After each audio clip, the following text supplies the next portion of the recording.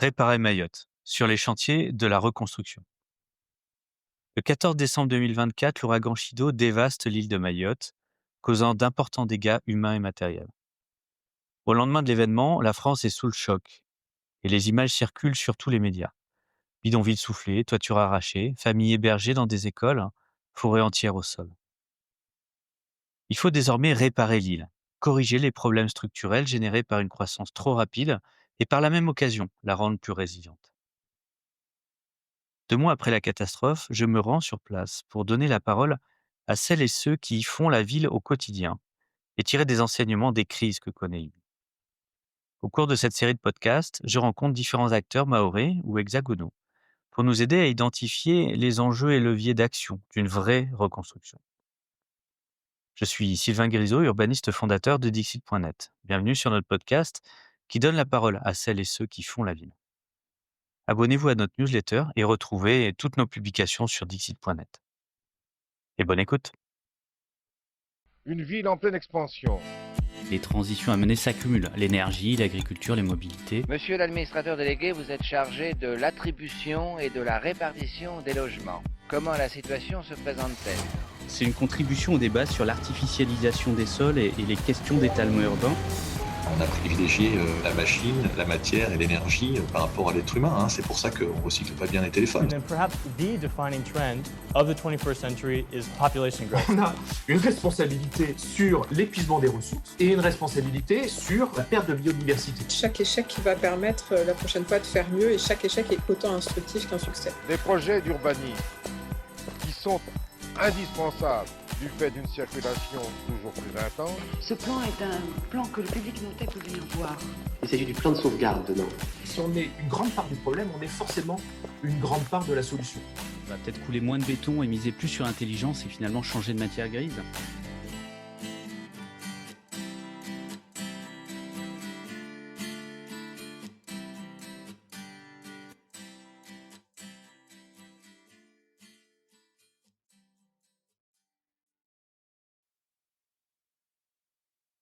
Stéphane Aimé, bonjour.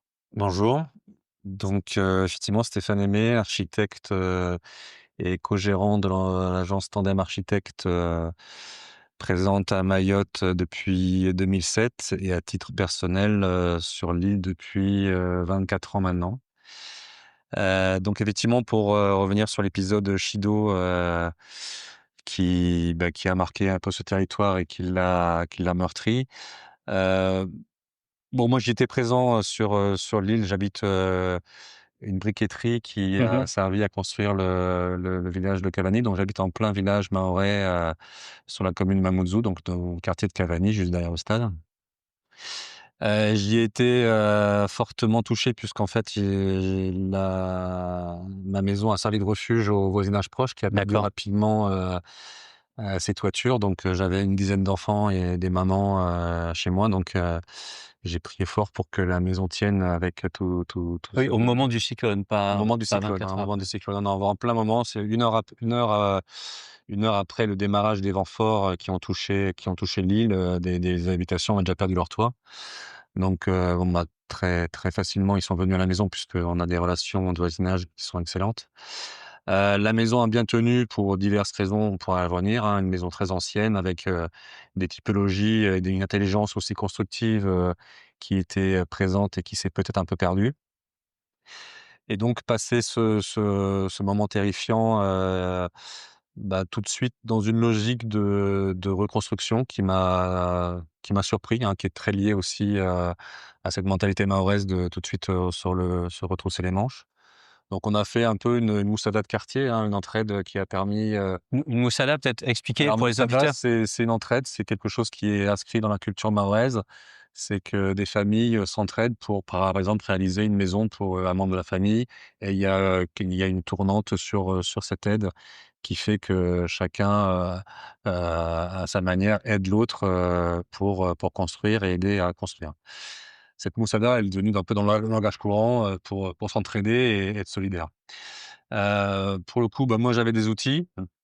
J'avais aussi une maison qui avait tenu, donc on avait pu très rapidement organiser un peu dans le quartier, une logique de déchets déjà. Donc ça, c'est avec mon voisin, on a donné un peu mon mur qui était, le lieu un peu identifié pour qu'on cale les déchets par entité, hein. Des tôles, totalement explosées d'un côté, les tôles pas trop mal, d'un autre et puis les déchets surtout, d'un troisième côté. Donc qui a permis aussi après coup à avoir une logique de nettoyage et de curage qui a été très, très pertinent à mettre en place. Oui, c'est important cette question des déchets, c'est pas qu'une question de tri, c'est que le déchet, rend impossible finalement l'accès aux personnes, accès aux Exactement biens, et en fait, nous, après, dans cette moussada-là, on avait un membre on avait un voisin qui, lui, avait une petite camionnette qui a pu, dégager les tôles qui étaient très abîmées. Les tôles qui ne l'étaient un peu moins, bien évidemment, elles ont été vite récupérées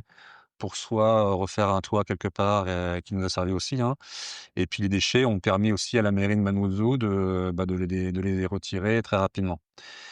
La première chose qu'on a faite, c'est de faire une cuisine, de quartier. En fait, on a couvert un lieu, qui était, sur ma parcelle, pour identifier un lieu où on pouvait refaire à manger, tout simplement et puis progressivement, on a reconstruit les toits qui avaient été, soulevés, par le vent pour, les personnes qu'on avait recueillies à la maison et globalement, retrouver, une logique, aussi d'entraide sur la partie eau.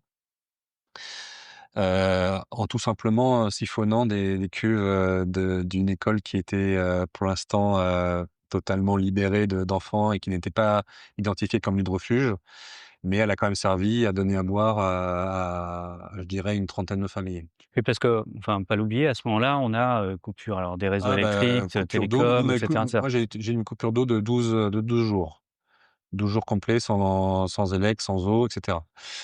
Sans eau parce que moi j'ai un système de cuve et de réserve lié à une pompe. Heu, on a été donc, siphonner, ces cuves d'eau qui étaient à disposition pour apporter de l'eau, à des familles, essentiellement des mamans, pour leurs enfants. Passer ces 2-3 jours de reconstruction et même je dirais, de reprise d'une activité, somme toute assez normale, hein, pour pas dire, pour pas rentrer dans le pathos. J'ai été sollicité par, en fait, une jeune archi que j'allais embaucher, juste après, Chido, qui fait partie de l'agence d'ailleurs aujourd'hui et qui faisait, en fait, avec un groupe d'autres jeunes archis, des diagnostics sur, les refuges. Donc ça m'a intéressé, je m'y suis associé et j'ai rencontré en fait une formidable état d'esprit de jeunes archis, hein, qui sont essentiellement des salariés qui, je l'ai mal répété, ont pris le lead, hein. Moi, quand je suis venu, j'étais un peu l'ancien et on se disait: «Bon, bah, ça va être le chef». Bah, au contraire, il y avait de l'intelligence, il y avait de l'organisation, il y avait une logique de diagnostic qui était en place. Donc grâce à la DRU avec, Kevin, Kevan et puis tous ces jeunes archis d'agences confondues, il y avait c'est un diagnostic des écoles pour voir si elles pouvaient rester refuge et surtout voir si elles pouvaient, être réparées facilement pour, relancer une scolarité normale. Là, il y a donc 2 questions sur les équipements publics, hein. C'est, à la fois beaucoup d'écoles ont servi assez longtemps en fait de refuge, Oui, et tout de suite se pose la question du retour à la normale et le début du retour à la normale, c'est quand les gamins vont à l'école. c'est ça. Donc Et ça là, c'est un autre enjeu. c'est un enjeu, mais c'est une priorité qui m'a semblé, très pertinente, s'occuper de nos enfants et de voir si on pouvait les accueillir dans des Ouais. bonnes conditions. Et donc ce diagnostic opéré par la mairie de Mamoudzou, elle a été, d'une intelligence et d'une rapidité, incroyable. Donc ces jeunes archis qui faisaient ces diag, faisaient des choses. Moi, j'ai fait un diag avec un collaborateur et dans une deuxième temporalité, je me disais: «Mais OK, on fait des diags pour donner en gros, un état des lieux de toutes les écoles, de dire: «Bah, attention, là, cette école-là, elle ne peut plus servir de refuge parce qu'elle est dangereuse. Celle-ci, elle peut l'être, mais il y a une petite réparation à faire». Et c'est là où, en fait, cette petite réparation, elle me semblait très facile à réaliser avec les moyens dont je disposais. Donc on pourra revenir sur ces moyens-là que j'ai pu obtenir de manière assez rocambolesque, mais j'avais, en gros, des moyens de couvrir des toits bien avant tout le monde. Notamment bien avant la Croix-Rouge qui n'avait aucune bâche de disponible sur l'île. Donc ça, c'est des choses qui sont quand même à souligner. Et on est alors il y a un cyclone, mais on est aussi en période de saison des pluies. C'est-à-dire que les jours d'après, Exactement. on peut avoir des dommages, aux biens, qui viennent enfin une intensification des dommages, mais aussi évidemment un inconfort total avec, des pluies qui peuvent être diluviennes à certains Mais moments. qui l'ont été, hein, qui l'ont été. Donc l'idée c'était avec ce groupe de jeunes archis qui avaient tout pour réussir parce qu'ils étaient organisés et puis ils avaient une énergie, qui était très belle à voir et encore une fois, moi je reconnais que c'était réconfortant pour un chef d'agence de voir ces jeunes, s'impliquer comme ça.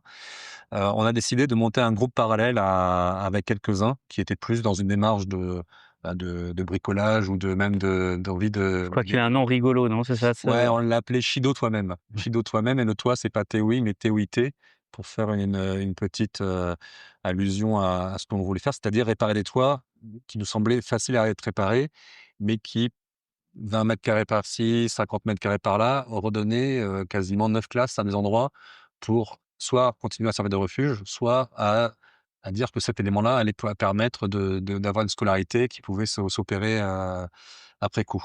Donc là, c'est encore un changement de rôle, c'est-à-dire c'est les salariés qui pilotent et là, c'est l'architecte qui devient couvreur. Alors moi, je me suis pas du tout senti utile comme architecte pendant cette période-là. Je me suis Ouais. senti utile comme citoyen qui peut aider, qui a des moyens pour le faire et qui a des connaissances pour engager, cette réparation-là. Pourquoi ce groupe un peu parallèle? Parce qu'il y a une prise de risque qui est derrière, qui est pas négligeable. Donc voilà, on s'est dit: «Bah, attention, les gars, on y va, mais par contre, on va monter sur des toits» et très rapidement, on s'est aperçu qu'il y avait aucune ligne de vie, très peu d'accroches. Nous, on n'avait pas forcément tous les baudriers qu'il fallait, toutes les accroches, donc on a pris des risques. Donc on préparait quand même ces interventions. On venait la veille, avec, un architecte charpentier qui nous a beaucoup aidé sur ses connaissances et cette envie aussi de se rendre utile dans ce qu'il sait le mieux le faire, c'est-à-dire couvrir et identifier les problèmes. Donc on est allé souvent ensemble pour identifier les points d'accès et comment on allait, opérer sur les toits et donc on a couvert plusieurs toits comme ça ensemble, jusqu'à ce qu'on estime que les entreprises qui, enfin, avaient retrouvé leurs moyens de production pouvaient prendre le relais et poser des vrais tôles. Le premier toit qu'on a réparé de manière assez, heu, voilà, moi, c'est un truc qui m'a choqué, c'est que Mmh. c'était le toit de la Croix-Rouge. En fait, mon voisin qui m'a vu monter sur les toits de mes voisins, réparer des toits et cetera, à titre personnel, parce que c'était mon voisinage, m'a demandé de le faire pour la Croix-Rouge. Donc c'est là où j'ai compris qu'ils n'avaient pas les bâches pour recouvrir, les toitures de Mayotte et même la leur, quoi. Mmh. Donc on y est allé pour leur redonner, parce que pour nous, c'était forcément un bâtiment qui était sensible et qui avait, Qui avait voilà. besoin de fonctionner très vite, Voilà, quoi. Ouais. qui devait fonctionner, qui devait récupérer d'autres bénévoles et volontaires de la Croix-Rouge et qui devait être opérationnel, à 100 et pas dégradé parce qu'il y avait de l'eau qui coulait sur une toiture impactée sur 10 mètres carrés, quoi. Donc on a fait ce travail-là et puis par la suite, on a été rejoint par la Fondation des architectes de l'urgence qui ont fait un travail, de folie. Donc en fait, ils étaient hébergés chez moi, pendant longtemps. Ils sont encore présents d'ailleurs à la maison et donc ils ont continué ce travail qui avait été fait par ces jeunes archis, mais sur, le sud de l'île et le CAUE, sur le nord.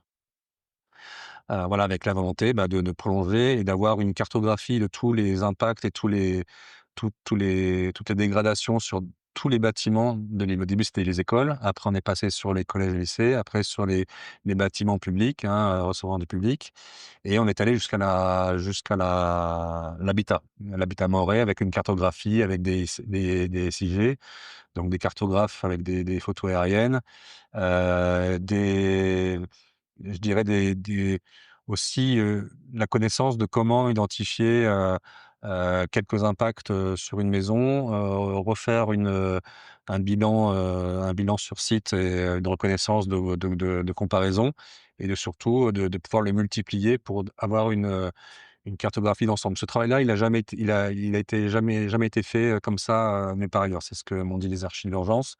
ni au Maroc, ni en Turquie, ni en Thaïlande. Ils ont été vraiment au bout du bout pour avoir vraiment des chiffres concrets et cohérents qui démontraient quand même qu'il y a quelque chose qui a été mené de fort Mmh. et de pertinent pour ne pas balancer des chiffres n'importe comment dans la nature, même s'ils l'ont été derrière balancés de manière un peu impromptue. Aujourd'hui, l'État a une cartographie et des coûts associés à la reconstruction et la réparation de Mayotte. Donc ça, c'est quand même bien donné et puis révéler ce travail qu'ont été faits. Moi, j'ai vu des machines de guerre, hein, qui étaient à l'agence, qui travaillaient jusqu'à 2 heures du matin. Voilà, c'était une énergie encore assez incroyable qui s'est faite pendant plus de 3-4 semaines, quoi. Donc voilà et puis surtout, bah, maintenant ce qu'on souhaite, c'est effectivement, relancer la machine, relancer la reconstruction rapidement de cette île qui nous est chère. Alors avant d'y venir, moi j'aimerais qu'on fasse un temps d'arrêt, peut-être, justement de ta casquette, pas de citoyen, mais d'architecte là. Vraiment, c'est-à-dire en grimpant sur les toits, en observant, hein, les dommages, là, y compris dans la rue de l'Agence, on a un échantillon, Mmh. représentatif de pas mal de choses. Qu'est-ce que tu as, alors appris? Tu as peut-être pas été surpris par un certain nombre de choses, mais en tout cas, si on doit apprendre, à la fois pour Mayotte et peut-être pour ailleurs, hein, aussi, heu, qu'est-ce qui a lâché, en fait? Alors, il faut prendre ça sous différents angles. Il y a le premier angle, c'est que on a été dans une construction de Mayotte avec il y a des calculs au vent dominant à 208 km/h. Aujourd'hui, on a beau annoncer 228, on sait qu'on a été beaucoup plus haut. 228, c'est la mesure qui a été faite, Qui a été à reconnue et qui est Pamandzi, je annoncée, pense, voilà, qui est ouais. annoncée par Pamandzi, qui a été notée. Bon, de ce que je comprends, c'est qu'elle a sauté, donc elle a sauté à 250. Donc ça veut dire qu'on a atteint quand même 250 et qu'on ne mesure pas, ce qu'on appelle l'effet de site, hein, l'effet Venturi ou, à des endroits où on voit très bien qu'on a eu des vents extrêmes et qu'il faut en tenir compte. Donc, OK, ne pas annoncer du 300 peut-être, mais, il faut peut-être prendre conscience qu'on a dépassé complètement, les 200 km/h. Mais en tout cas, ces 228 ont déjà dépassé les 208. Donc globalement, une partie de Mayotte s'est construite avec des vents qui étaient dimensionnés à 208 km/h. Donc les normes constructives, Ont évolué et ont été dépassés. Donc ça, voilà. il faut le noter parce qu'on peut dire: «Ouais, c'est mal construit», mais en fait, c'est pas que c'était mal construit, c'est qu'on était soumis à des normes de vent, extrêmes qui étaient déjà identifiées comme importants, mais qui, au fil du temps, bah, Mmh. ont été dépassés. Aujourd'hui et ça, je vais mettre un peu tous les confrères dans le même panier. Aujourd'hui, les nouvelles constructions ont plutôt bien résisté donc tout ce qui est post-2011, hein, côté département où là, il y a des règles qui s'appliquent un peu plus fortes. Tous les bâtiments récents ont plutôt bien tenu, sur ces vents-là. On a eu quelques arrachements de tôles, mais globalement, on a eu beaucoup moins de dégâts que sur les constructions passées. Donc ça, c'est quand même à noter. Et après, sur les toits sur lesquels je suis monté, l'autre, aspect qui m'a surpris, c'est quand même effectivement des malfaçons, des liaisons. Alors soit c'était des bâtiments qui étaient construits avant 2011, soit après coup et auquel cas il faut retrouver un peu de savoir-faire sur notamment, des liaisons, bois-béton qui étaient pas forcément bien réalisées. Des entraxes de panne qui me semblaient très importants par rapport à ce que la norme exige, donc qui réduit le nombre de fixations, notamment, sur les bas de toiture où ça s'est soulevé et encore une fois aussi, pas beaucoup de fixations, par ronde, sur l'ensemble de la toiture. Donc ça, c'est quelque chose qui est très important à relever. Et ça questionne donc à la fois, les entreprises, la mise en œuvre, Oui. mais aussi, la maîtrise Oui, d'œuvre, oui, tout le à fait, ouais, tout à contrôle, fait. enfin aussi toute l'ingénierie qu'il y a derrière, Ouais, moi je me suis dit, même si c'est pas les lots que je suis habituellement, il faut que j'y attache ouais. une importance, un peu plus importante maintenant parce qu'effectivement on a des sujets qu'il faut pas négliger et en fait, on le voit aussi en fonction des entreprises qu'on suit, hein. On a des chantiers, identifiés avec une entreprise dédiée, avec des modes d'études dédiés où on voit qu'il y a eu aucun souci. Donc il y a aussi, des alertes à redonner sur les charpentiers, locaux, mais il faut aussi dire qu'on a subi des vents, qu'on n'avait pas calculés. Donc ça, c'est très important quand même à souligner. Moi, j'ai vu des charpentes arrachées avec le chaînage béton horizontal. Oui, donc là, c'est pas qu'une question d'attache, Non, voilà. non, non, si ça soulève le béton, c'est on a eu du vent extrême Ouais. parce qu'il y a eu un effet de site, un couloir de vent. Quand vous prenez la vallée, entre Passamentier et Combagny, c'est une vallée qui est dévastée et là, on se dit qu'on a eu des vents, qu'on a eu des vents hallucinants. Ouais, ouais. Donc il faut aussi, ne pas mettre, tout sur le dos des entreprises. Il faut savoir qu'elles ont eu un temps où le vent extrême était calculé sur 208. 208 km/h, moi j'ai fait le calcul, c'est à peu près 200 kg par mètre carré de pression. Dès qu'on passe à 250, ce qu'on croit qu'on a reçu, on passe à 300 kg Ouais. mètre carré. C'est-à-dire que si vous avez une fenêtre de salon qui fait 2 mètres par 2, vous avez 1 tonne d'œufs qui vous tombe dessus. Alors, est-ce que justement, ça rend on pourra parler des normes, Mmh. qu'est-ce qu'on fait de tout ça, mais est-ce qu'il y a des formes architecturales, des objets, typiquement la baie vitrée, qui sont rendus obsolètes par un événement comme celui-là? Est-ce qu'on est obligé, au-delà de la technique derrière et de renforcement, est-ce que ça va changer l'expression architecturale, en fait? Alors, ça peut le changer, vous n'avez pas mesuré enfin, en gros, il y a aussi se préparer sur un événement qui vient tous les 30, 40, ouais, qui peut se rapprocher maintenant, ça c'est sûr, il faut qu'on le prenne en considération. Ouais, mais on Mais je vient ne me vois pas construire, Mayotte que de bunkers. ouais, c'est ça. Donc il y a aussi se préparer, il faut retrouver une culture de se préparer au cyclone, comme l'ont un peu plus les Lyonnais, même s'ils commencent à la perdre progressivement aussi. Et je pense que là, il y a quelque chose où il faut se préparer, c'est être averti bien avant. Là, on n'a pas eu assez de temps pour se préparer, je suis désolé de le dire. Et donc, c'est de dire, bah, voilà, s'il y a un cyclone qui commence à avoir une trajectoire nord, bah, on se prépare. On commence à préparer, des éléments de contreplaqué qu'on peut mettre contre ces vitres vitrées. On peut mettre des éléments de contreventement, des gros bastins bois pour venir contreventer cet élément de protection. Mais est-ce qu'on va se priver d'une baie, de 2 mètres par 2 pour qu'il ouvre le salon vers la Varangue, par exemple? Je ne crois pas. Mmh. Par contre, là où il faut retrouver une forme d'intelligence architecturale qu'il y avait dans le passé, c'est d'avoir cette notion de fusible. C'est-à-dire qu'aujourd'hui, les éléments de Varangue ou de brise-soleil, La Varangue, c'est la terrasse couverte, hein. ouais, c'est la terrasse couverte. Aujourd'hui, par exemple, moi, ma maison, très ancienne, puisqu'elle a plus de, ouais, elle a plus de 40 ans, hein, elle était associée à une industrie. L'industrie qui était présente sur l'île, c'était des tôles qui dépassaient pas 2 mètres. Et donc sur 2 mètres, moi, j'ai 3 lignes de fixation, donc j'ai beaucoup de fixation. Aujourd'hui et surtout, on avait la Varangue qui s'est dissociée de la toiture principale de la maison.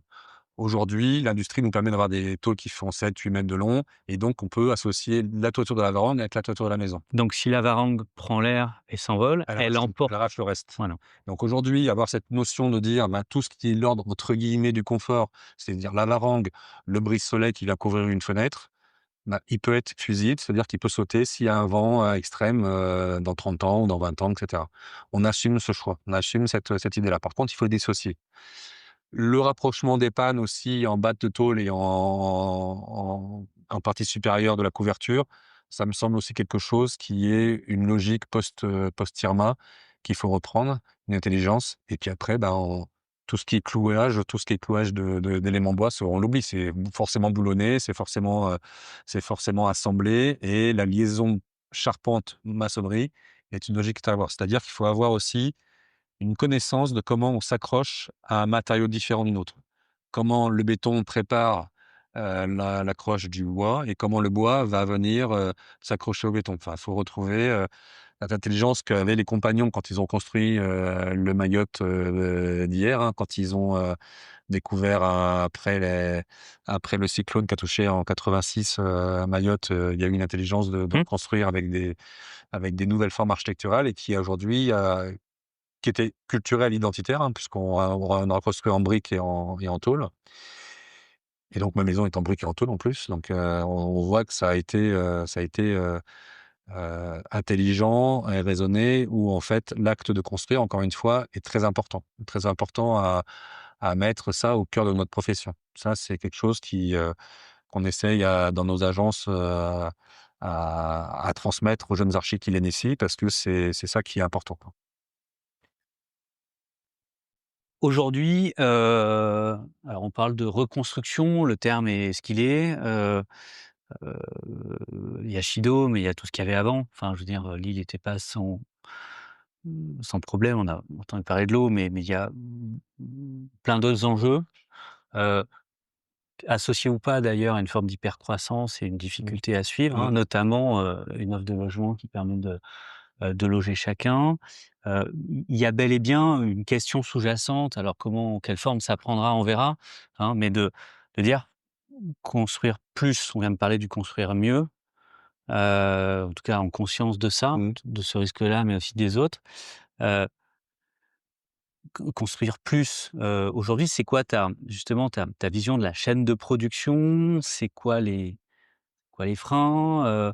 Quels sont les tendances, ou en tout cas ce qu'on sent aujourd'hui, dans une île qui, teste plein de trucs aussi, hein, qui se pose des questions sur, la pertinence des matériaux, sur, des choix de mode constructif, qui ont des impacts économiques et sociaux endogènes, sur place et cetera et cetera. Dans ta pratique aujourd'hui, qu'est-ce qui bloque en fait finalement? Qu'est-ce qui peut faciliter, ou quelles sont au contraire les voies qui permettent de faire plus tout en faisant mieux? Alors, je vais faire une réponse un peu étonnante, c'est qu'en fait, aujourd'hui, moi, je sais pas comment on peut faire. C'est que je pense que l'intelligence qu'il y avait des agences, mahoraises et des maîtrises d'ouvrage mahoraises sur justement tester et faire de Mayotte un laboratoire de l'habitat pour que ça soit adapté aux Mahorais, ça s'est perdu, Mmh. très clairement. L'histoire de la cime, elle démontre ça d'une manière, très factuelle. C'est que elle a produit, du sens et même de l'identité architecturale à Mayotte de manière extraordinaire. On a eu aussi une période où on a pu essayer des choses qui sortaient un petit peu, de l'habitat, tel que tout le monde le voit. Nous, on a fait par exemple des cuisines transposées sur la varande parce qu'on estimait que c'était le lieu où les gens se tenaient. Donc on privilégiait par exemple l'espace extérieur de la varande qu'on dimensionnait d'une manière plus forte Mmh. pour en faire le lieu de vie et on sortait la cuisine à l'extérieur. Aujourd'hui, ça, on a du mal à le produire parce qu'on est et toutes les SEM des DOM-TOM sont régies par une seule, par la CDC Habitat, qui a le même tableur Excel comme programme et qui surtout, a priori, ont les mêmes dotations en termes de financement. Mmh. Comment on peut, financer un habitat à Mayotte qui a un tout petit territoire avec peu d'entreprises et qui est à 10 000 kilomètres de la métropole, au même prix que La Réunion, que les Antilles ou la Guyane? Aujourd'hui, c'est un sujet qui n'est pas forcément du ressort des entreprises ou des architectes, c'est un sujet qui est du De ressort de commande l'État. publique, de La commande, commande publique, c'est politique, ouais. financer plus un territoire qui est plus en difficulté qu'ailleurs, Mmh. tout simplement. Enfin, Voilà, tu dis 2 choses. Tu dis, adapter l'offre au mode de vie et aux besoins locaux, et en plus on a cette question du prix. Enfin, moi oui, je voilà. veux bien qu'on y vienne, là-dessus. Bah, on construit très cher parce que globalement, on a des matières premières qui sont très chères parce que, l'outil de production, il est pas suffisant. Donc il y a peut-être un duopole ou un monopole, mais le coût est là, le coût est là et je pense il peut être réel ou il peut être discuté, mais ça, c'est pas la question. C'est qu'aujourd'hui, on est, soumis à des données d'entrée qui font que tous les prix explosent. Donc aujourd'hui, soit on a une logique de construire, et on enlève tout l'octroi de douane de tous les octrois de mer, on les retire sur l'habitat social pour, essayer de faire baisser les prix. Donc ça, c'est une taxe spécifique à l'importation, l'octroi de Ouais, mer, ouais. exactement, ça remplace la TVA, Mmh. qui peut être critiquée, mais en même temps, elle a la logique d'être stable, alors qu'ici, il y a une fluctuation, des octrois de mer en fonction des différents prix, hein, le tableur douanier de tous les matériaux est complètement délirant et il faut toujours y trouver un peu d'astuce pour, essayer de faire baisser un 20 à 4 et cetera. Donc ça, c'est des choses qui sont toujours un peu embêtantes à gérer parce que c'est pas forcément notre métier, mais c'est Mmh. des choses auxquelles on s'intéresse pour, proposer des choses un peu différentes. Par exemple, la filière sèche que nous, on avait mis en place sur des sujets d'habitation ou même le siège de la CIM, on a pu le réaliser que parce qu'on a joué sur, les fluctuations des taux douaniers en disant, tout ce qui est, préfabriqué et faisant partie d'un tout, peut être douanier à 4 et donc nous, on s'est arrangé pour trouver cette astuce d'aloutissement qui permettait de dire, bah, l'ensemble préfabriqué construit un tout qui est le siège de la CIM ou les logements, de Kena Paris et on tombe à 4. Donc ça D'accord. permet de créer un peu plus de richesse au bâtiment. Aujourd'hui, c'est quand même très compliqué de le gérer. Encore une fois, c'est pas notre métier. Et après, il y a clairement une offre foncière qui est mieux à gérer. Aujourd'hui, moi, pour une anecdote, hein, c'est qu'il y a 5 ans, on a mis enfin les bâtiments, enfin pas les bâtiments, mais le foncier disponible sur la carte des risques. Ah oui, bah super, c'est peut-être le moment de le faire quand même, pour voir quel était le foncier disponible. Quel était le foncier vraiment disponible pour Voilà, la construction? exactement. C'est-à-dire Voilà et donc ça précise un peu plus les choses et puis ensuite on a un coût d'aménagement qui est énorme. On est, ni viabilisé, dans la plupart des cas, on n'a pas l'assainissement collectif.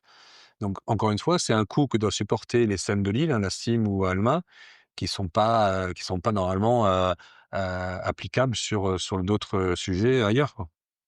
ouais, ouais, donc on a des contraintes géographiques, un isolement et cetera qui expliquent une partie sans doute, une organisation aussi, des marchés qui explique sans doute l'autre partie. Mais en tout cas, in fine, on se retrouve, sur l'acte de produire, que ce soit sur la construction ou l'aménagement, avec des surcoûts qui sont extrêmement significatifs.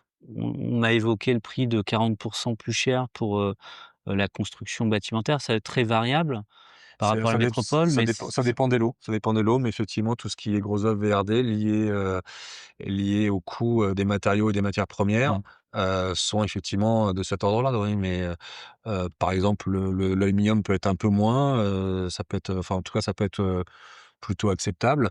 Il y a plusieurs, possibilités, sur des lots à être sur des coûts, «intéressants» entre guillemets. Mais par contre, le nerf de la guerre, c'est quand même le gros œuvre, c'est Mmh. quand même le VRD et ça, pour le coup, on a des coûts qui sont très importants. On va Pour revenir ouais. à ma première intervention, c'est que nous, on se dit: «Est-ce qu'on est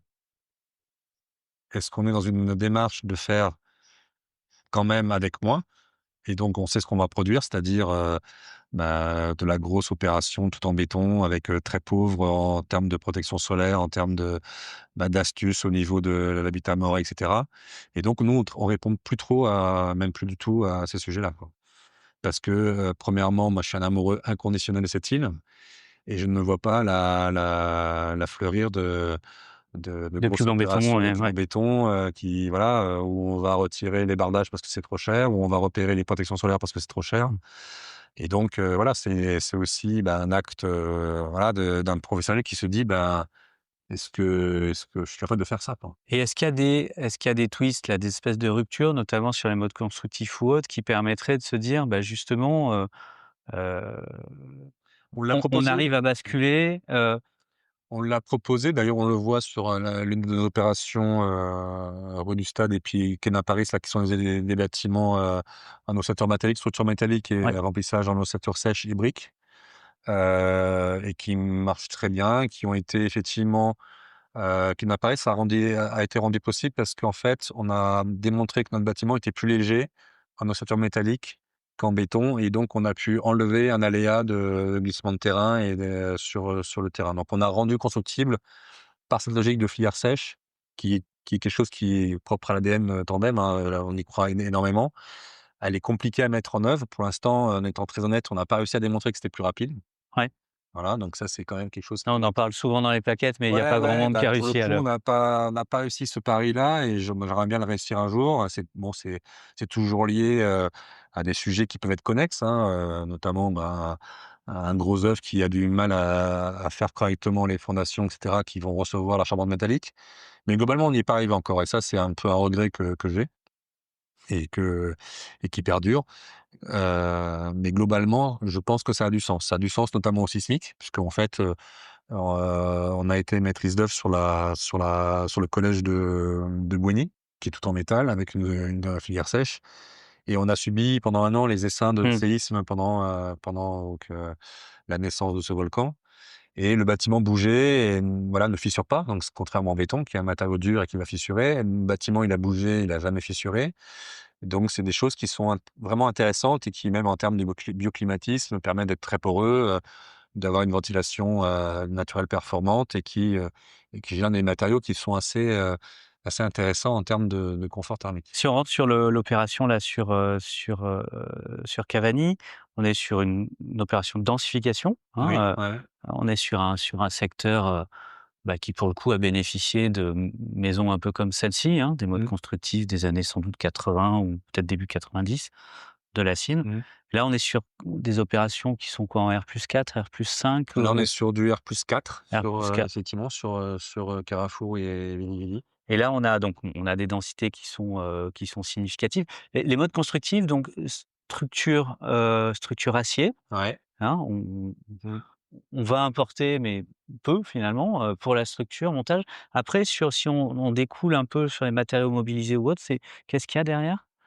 On a des murs ossature bois avec un bardage qui vient en protection, qui vient protéger, la façade des intempéries. Donc là, c'est un bardage métallique. On avait une variante bois, mais qui passait pas en termes de coût.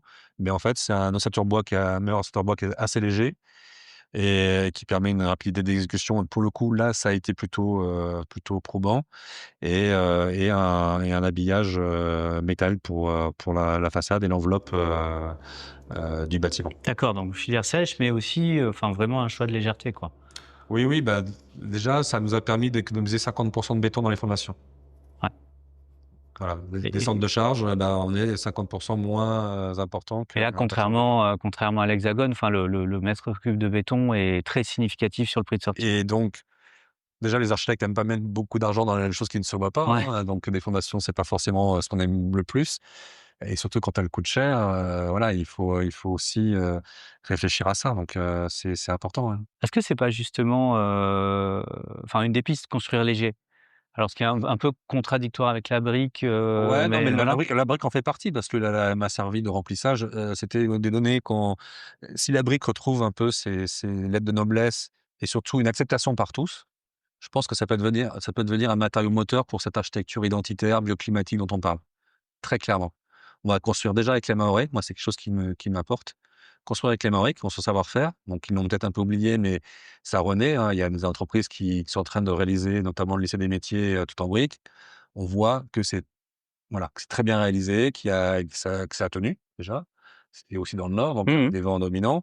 Donc très clairement, la brique, il faut l'associer à cette reconstruction. On peut pas l'ignorer et ignorer aussi, que les Mahorais ont cette capacité de faire les choses. Donc ça a marché, ça peut remarcher. Quand tu dis construire avec les Maoris, c'est aussi un mode constructif, enfin c'est de la maçonnerie, donc c'est de la main-d'œuvre. Enfin Oui, voilà. ouais. Donc à un moment sur, la répartition entre le coût des matériaux et le coût de la main-d'œuvre, les matériaux coûtent pas très cher, même si sans doute ils coûtent trop cher encore. Beh, ça commence à baisser, en fait. Ça commence à baisser avec tout le travail qui a été opéré, avec Arter et puis toute cette démarche de normalisation et puis, d'essais qui ont été réalisés. Aujourd'hui, voilà, on a un matériau qui est identifié comme normé, qui a des caractéristiques et des propriétés qui sont pas encore à redire, hein. C'est ce confort thermique, l'hygrométrie qui est maîtrisée, on a plein de données, puis surtout, ça a aussi une valeur économique. Mmh. Qu'on fait travailler les Mahorais avec une main-d'œuvre qui est capable de monter des murs en briques. Ça, Donc c'est pas importé, c'est une ressource locale et ça génère, c'est une ressource qui coûte pas cher parce que c'est de la terre qu'on vient alimenter avec d'autres matériaux pour construire cette brique-là. Elle est compressée, elle est crue, donc il y a pas d'énergie enfin, derrière. ce schéma-là, enfin, il a été développé, à partir des années 80, il s'est effondré à un moment. En fait, on a une filière de production qui s'est effondrée faute de demande. Hein? Alors pas faute de demande, c'est pas faute de demande, c'est que dès l'instant où on est passé sous le régime, de Ouais, de l'assurance et enfin de voilà, en gros, ouais, il y avait pas de DTU, en fait. voilà, dès l'instant où là, exactement, Donc normalisation, enfin, il y a eu alors, bah, le code de l'habitat, génère le code des assurances et le code ouais, des assurances dit: «Bah, attendez, c'est quoi ce matériau-là?» et il y a pas d'étalu. Donc les bureaux de contrôle qui, pendant des années, ont validé, plein de projets, faits en briques, voilà,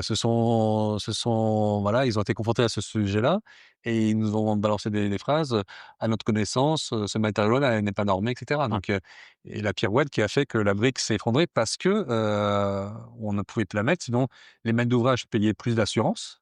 Voilà, ils payaient des assurances complémentaires qui étaient faramineuses parce qu'ils employaient un matériau qui définissait l'enveloppe du bâtiment non normé. Il y a aussi un rapport culturel Ouais. aussi, hein, qui rentre parce que L'acceptation ouais, par tous, c'est la même période où s'est développée aussi la construction par pain, et cetera, et cetera. Ouais, ouais. Là, on est, plus de 20 ans après, 30 ans après, cette phase de baisse, hem, dont on racontera l'histoire dans un autre épisode, heu parce qu'elle dit beaucoup de choses aussi sur le futur. Aujourd'hui, c'est quoi en tant qu'architecte, c'est-à-dire, voilà, on fait des choix constructifs et cetera. C'est quoi les derniers freins, hein? On est sur une forme de début de renaissance de cette filière-là. Oui. Qu'est-ce qui fait que ça peut devenir quelque chose de plus, Bah, ça l'est devenu par, aussi une démarche de maîtrise d'ouvrage qui ont dit: «Bah, nous, on va demander à ce que de la brique soit posée donc dans nos bâtiments». Le rectorat, il a eu cette démarche-là. La CIM commence aussi un peu à l'avoir, à la retrouver. mmh, On l'avait totalement perdue. Aujourd'hui, on la retrouve et ça, c'est plutôt pertinent et c'est ce qui fait baisser les prix. Aujourd'hui, on est passé à une brique qui dépassait le coût d'un mur en parpaing. Aujourd'hui, de par ses propriétés et du fait qu'on n'a pas à l'isoler derrière, elle est normalement moins chère. ah d'accord. Et alors, il y a une temporalité aussi quand même. On construit plus lentement un mur de briques qu'un mur de parpaing, ça c'est une réalité, c'est basique, hein. Matériaux plus petits, et cetera. Et puis un savoir-faire, hein, tremper la brique avant de la mettre en œuvre, et cetera. Heu, mais on fait travailler encore une fois des Mahorais, on fait travailler plus de monde et on a une vraie valeur ajoutée économique et sociale. Donc ça, c'est quelque chose qui devrait parler quand même à beaucoup de monde. Des maîtrises d'ouvrage, s'insèrent dans cette logique-là. Je ne demande pas d'imposer, personne ne me demande d'imposer un matériau parce que je pense qu'en fonction des contextes, des typologies et des programmes, les matériaux ont leur justification, même le béton. Enfin, le béton, pour contreventer quelque chose, le béton, il est quand même très efficace. Donc il faut mettre le matériau à sa juste place mais valoriser quand même cette filière-là qui est en train de renaître de ses cendres, Mmh. comme beaucoup aiment le dire et qui, voilà, démontre des capacités, de résistance à un cyclone, à un séisme, à plein de choses qui a un confort de vie, très performant. On peut pas le nier. Donc on a déjà quelques pistes là, en tout cas sur les modes constructifs et c'est pas des pistes à inventer post-Chido, c'est des clés qu'il y avait avant, hein, qui étaient Ouais, là, moi je qui pense qu'il étaient faut pas réinventer la poudre, hein. Il faut juste, se servir un peu du bon sens ancien, de comment on construisait les choses, de comment on faisait attention de là où on le construisait. Je pense notamment qu'il y a une nouvelle carte des risques à mettre en place avec des cyclones. On sait par où ils vont arriver, hein, ils vont pas se créer, comme ça par hasard. Ils ont un circuit quand même où ils se renforcent, où ils deviennent cyclones, donc ça met du temps.